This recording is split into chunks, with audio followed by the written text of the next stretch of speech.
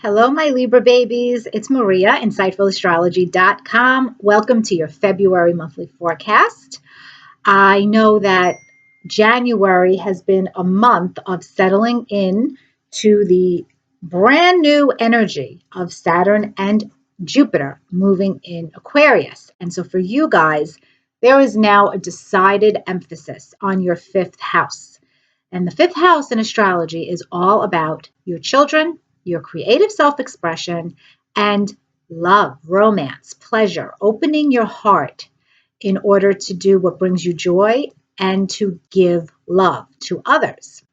So, at first glance, Saturn and Jupiter in the same area of your chart might seem antithetical, meaning Jupiter is all about expansion and growth and opportunity, while Saturn is saying, hey, there's a karmic lesson here. Hey, Libra, we've got to limit this area of your life so that you can sober up, take it seriously, and recognize that you have a responsibility for your soul's evolution in this particular area of your life for the next 2.5 years. So how could this possibly work together with Jupiter and Saturn there? It doesn't cancel each other out. No, that's not how it works. Believe it or not, I see this as a really positive thing because Saturn, for the year that Jupiter is also in your fifth house, Saturn can help take that growth and opportunity and help you create something substantial from it. So it's kind of like, yes, Jupiter still wants to expand you now with your children in your relationship with them, or with having children, or with a creative endeavor, or with new love if you're single. But Saturn is saying, all right, we're going to do this, but we're not going to make it reckless. We're not going to go overboard. We're not going to just, be crazy about it. We're going to do something that matters with this opportunity. We are going to take whatever opportunity Jupiter gives you in your fifth house, Libra, and we're going to make it last. We're going to make it real. So that's beautiful if you consider it that way, okay? And that's how I want you to consider it. But Libra, this month in February, it's on because there's so much happening in your fifth house in addition to Saturn and Jupiter being there. And we start the month with Venus, the planet of love, your ruling planet, moving into your fifth house. So if you have children, your relationship with them is going to be so much more supported. If you are single, this really is a love month for you. Okay, you can absolutely meet someone. I don't care what you have to do, Libra, in your reality to get out there or whatever it is. I don't care. This is the month. This is a huge month. And honestly, you don't have to do anything special. I firmly believe that when it is time for you to meet your next soulmate, it's already predetermined. So you don't have to do anything special to meet this person. You already have a soul contract in place for the timing of it and for that fated meeting. So know, Libra, that if you are single, there's a very real potential for you to meet someone new. Just live your life and see how it develops, okay? And so in addition to this, we start the month out with Mercury being retrograde in your fifth house. Now, don't think that that's negative, okay? I don't want you to see any of this as negative energy.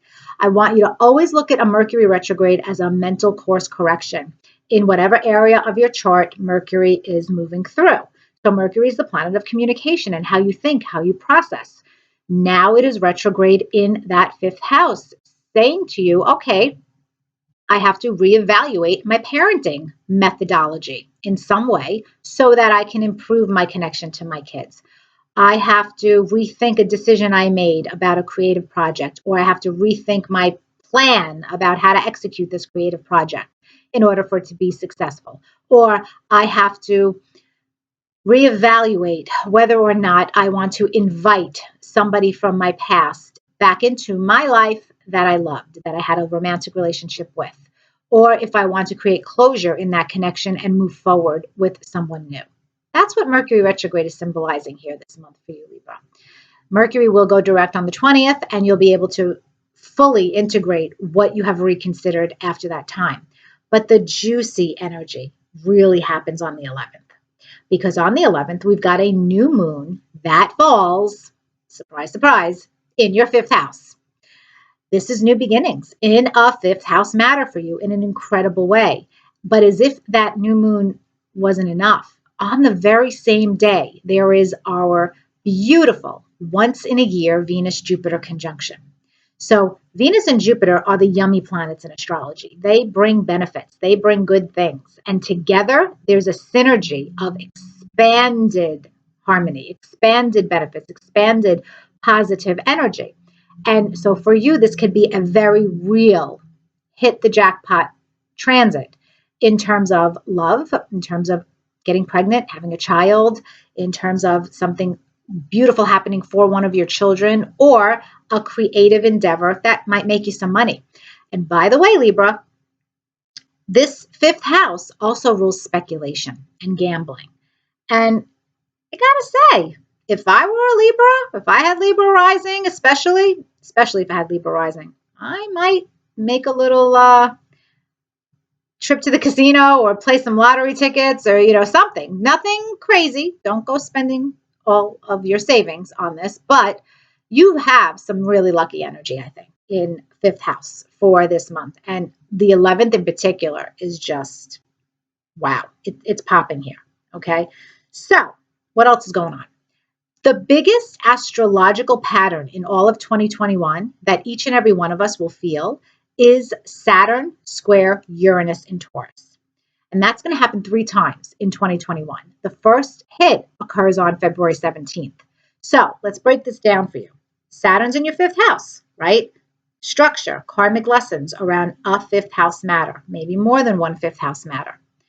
But Uranus is the planet of liberation. Uranus is the planet of doing things differently and going its own way. And this is a square now. Uranus is in your 8th house of other people's money, your 8th house of intimacy.